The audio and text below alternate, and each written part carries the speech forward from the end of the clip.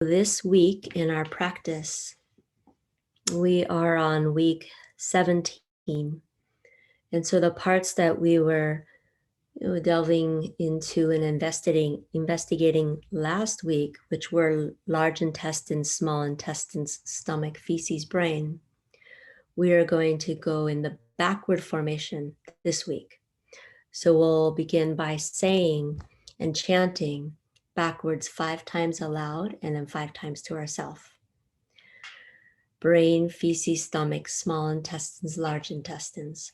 Brain, feces, stomach, small intestines, large intestines. Brain, feces, stomach, small intestines, large intestines. Brain, feces, stomach, small intestines, large intestines.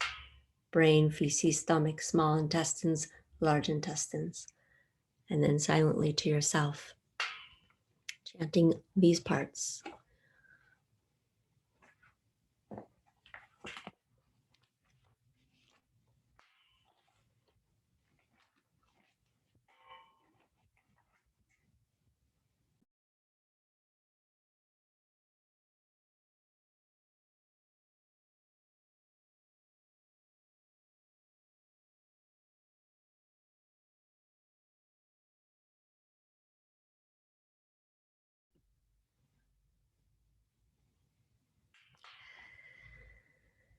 And so in this practice of the 32, as we were doing earlier, chanting this verbal recitation, and now we chanted these parts backwards. This is the mental recitation.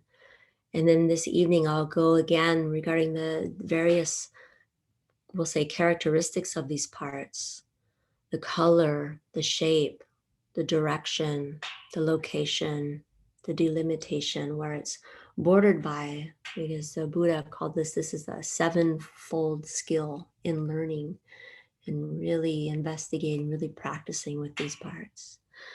So the first one again was brain for this evening. And brain is, the color is white and gray. It's like a small, very soft little melon. Its direction is above the waist, located in the cranium. It's bordered by the skull. The brain's definition is it is the center of the nervous system. The brain is more complex than the most powerful computer and has over 100 billion nerve cells. The brain weighs 3 pounds with the consistency of like soft tofu. Most neurons in the brain are firing 5 to 50 times a second. The brain is 2% of body weight, yet uses 20 to 25% of the body's metabolic supplies. Even in deep sleep or coma, the brain is busy. Like a refrigerator, it's always on. The function of the brain is it's composed of neurons consisting of gray and white matter. It is the command center, sending impulses up to 170 miles per hour down the spinal column, and has nerve endings throughout the body.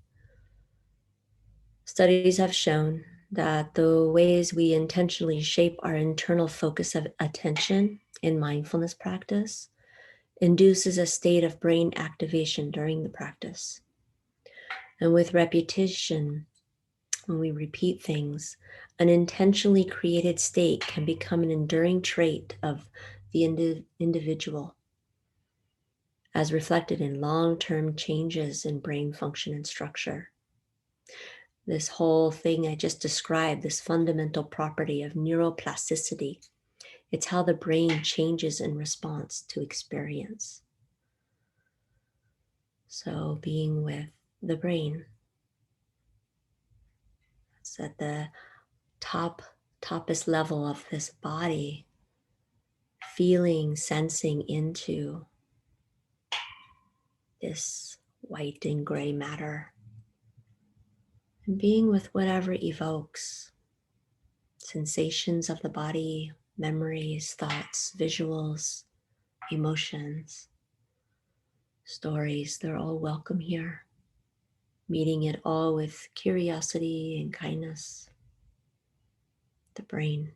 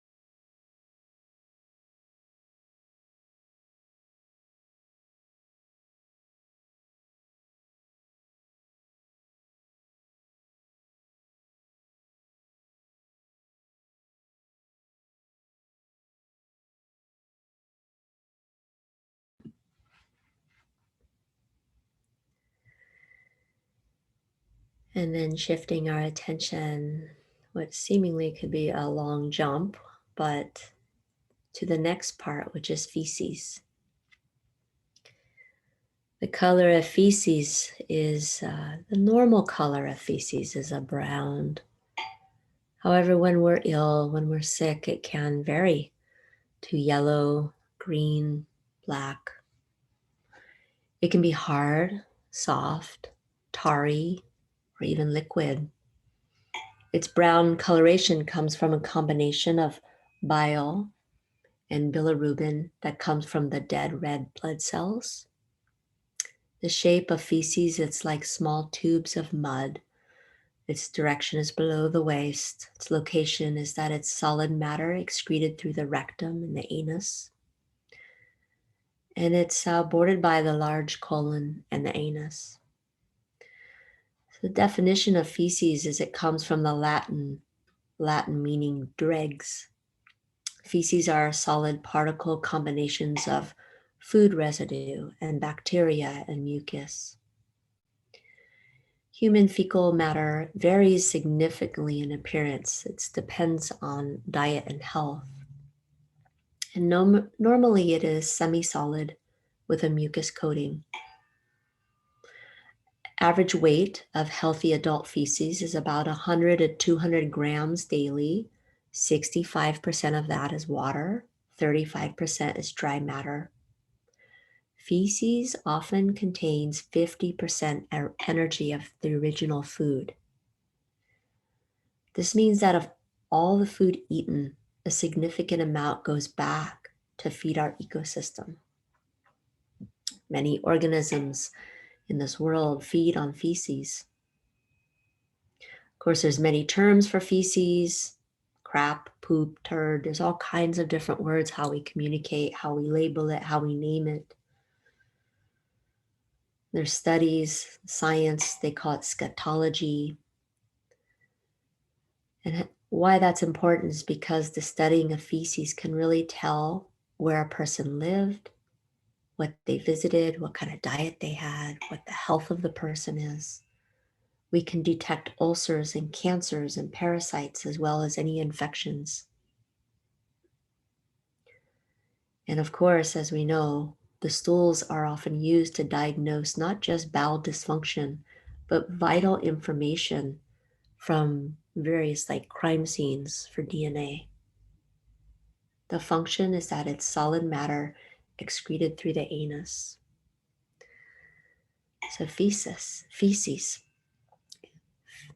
just settling in, noticing what arises as we bring our awareness to this body part, really sensing into this part. What arises? What is it? Is it stories? Is there unpleasant? Is there pleasant? Is it like, meh, just another part? Without judgment, just with curiosity, being with feces.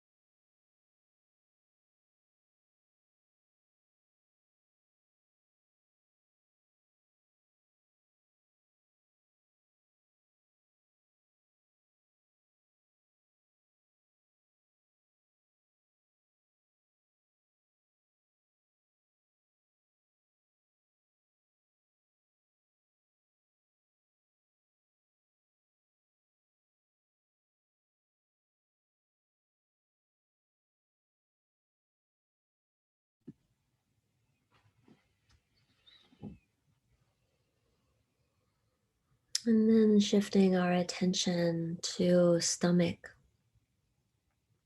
The color of the stomach is clear with whatever the color of the food contents that are within the stomach. It's shaped like a J-shaped pouch. Its direction is above the waist. Location, the stomach is located in the upper left of the abdomen between the esophagus and the small intestine, sitting just below the diaphragm. So taking a pause maybe and just sensing into that area, the upper left of the abdomen between the esophagus and the small intestine, sitting just below the diaphragm. Borders the digestive elimination organs and the back. The definition of stomach is it is a muscular organ that is a sac-like pouch where food is deposited via the esophagus. In humans, the stomach has a relaxed near empty volume that expands to hold about 1 liter of food, but will hold as much as 1.5 liters. The function of a stomach is once the food is in the stomach, the gastric juices break it down for about 3 to 4 hours and are turned into a cream-like liquid called, I think it's pronounced chyme, which is later moved into the small intestine. The stomach has to produce a new layer of mucus every 2 weeks, otherwise it will digest itself. So being curious and open to this part, this what we call the stomach.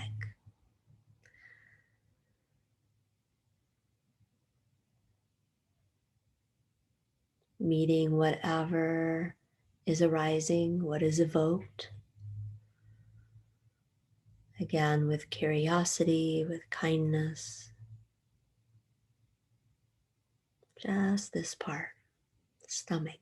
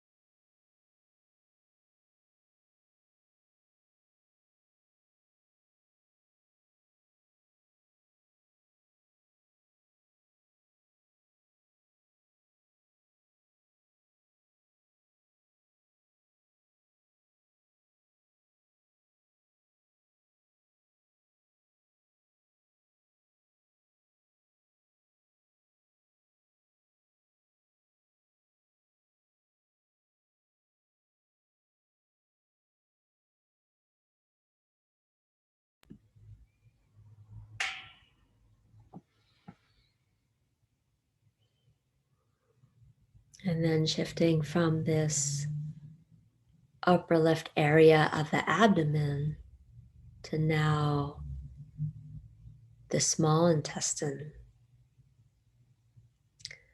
So the color is white. The shape is like a very long coiled snake or garden snake. Its direction is above and below the waist, located in the abdomen. It's bordered by the large intestine, the abdomen, and the back. Its definition is a 33-foot long canal from the duodenum to the large intestine. Its function is it aids in breakdown and digestion of solid and liquid foods, allowing nutrients to pass into the bloodstream.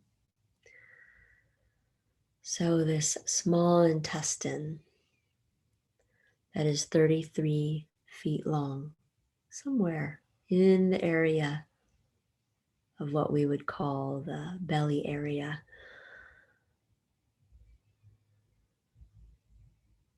The area of the abdomen. Bringing our awareness there, sensing into this canal, this body part that does so much in the digestion of solid and liquid foods, supporting us with nutrients. What evokes as we bring our awareness to this part? The sensations, the stories. Maybe there's emotions, feeling, tones, unpleasant, pleasant, neutral. Perceptions, all of what arises, meeting it with curiosity, kindness.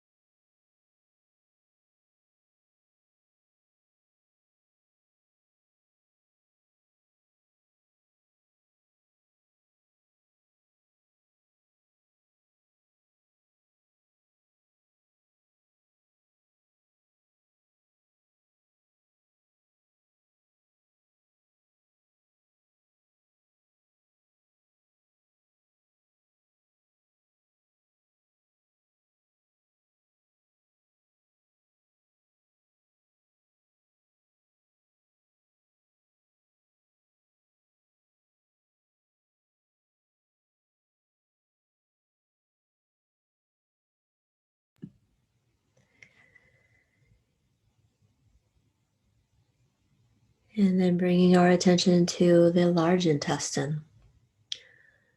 The color is white, shaped like an upside down U shape, like a thick snake.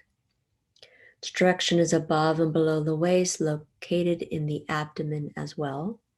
Borders the small intestine, the abdomen, and the back. The definition of the large intestine is this is a 5-foot long canal from the end of the small intestine to the anus. It is the last part of the digestive system. There are three parts: transverse, ascending, and descending colon. The function of the large intestine is that it takes 32 hours to finish up the remaining processes of the digestive system. The large intestine absorbs vitamins that are created by the bacteria inhabiting the colon. It also absorbs water and it compacts the feces. It stores the fecal matter in the rectum until it eliminates it through the anus. Thus, it is responsible for passing along the solid waste, that 50% of energy from the food we were taking in.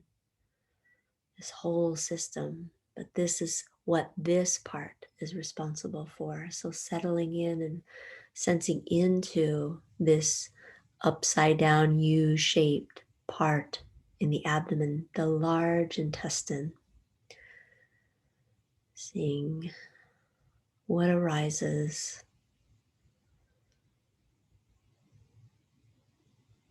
meeting it with kindness, appreciation, and curiosity. What is this part?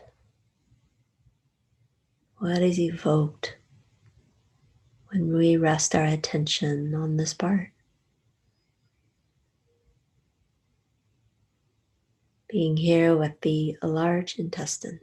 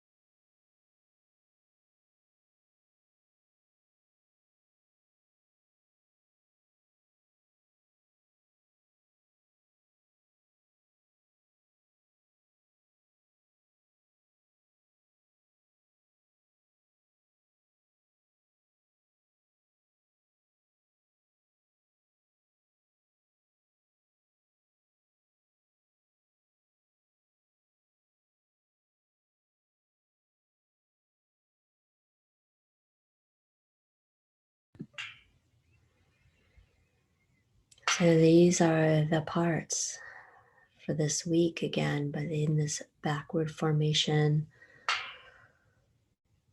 being with each part, bringing our awareness, being with whatever evokes,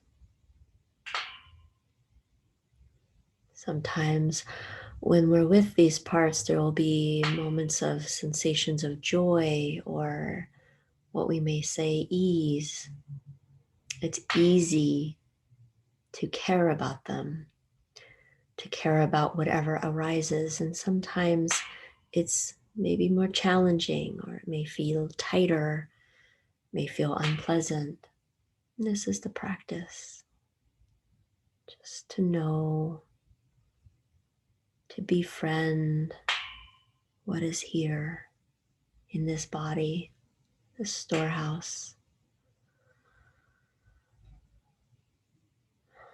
So breathing in and breathing out with some appreciation for the effort and the practice this evening, the practice of setting the intention to, hey, what is this that is so rich in so many sensations, and yet it's just this 32-foot long part.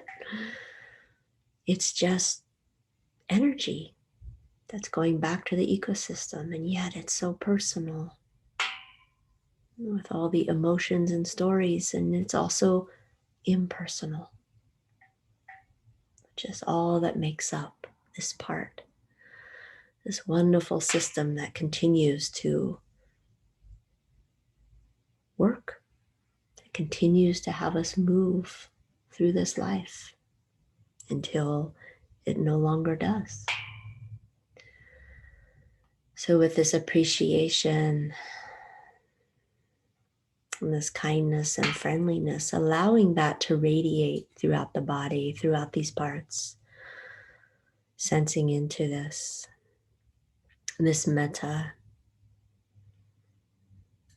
breathing in and breathing out.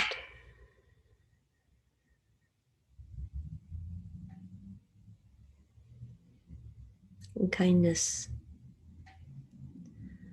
to your parts, to your body, to your experience, and then to all in this room, the Sangha, the community, the bodies in this room, and all the parts. Just as I suffer at times, just as I have joy at times and ease, so do all the bodies here. So extending this metta to everyone here, that they may be at ease and happy. And beyond here to all beings in all directions, north, east, south, west, up, down, beings that fly, beings that crawl, beings that are being born, those that are dying, human, non-human.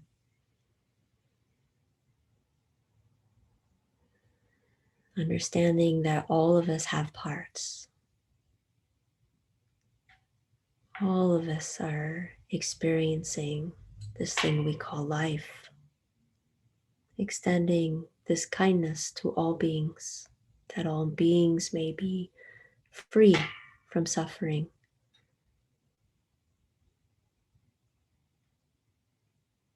May all beings be happy in this moment, content,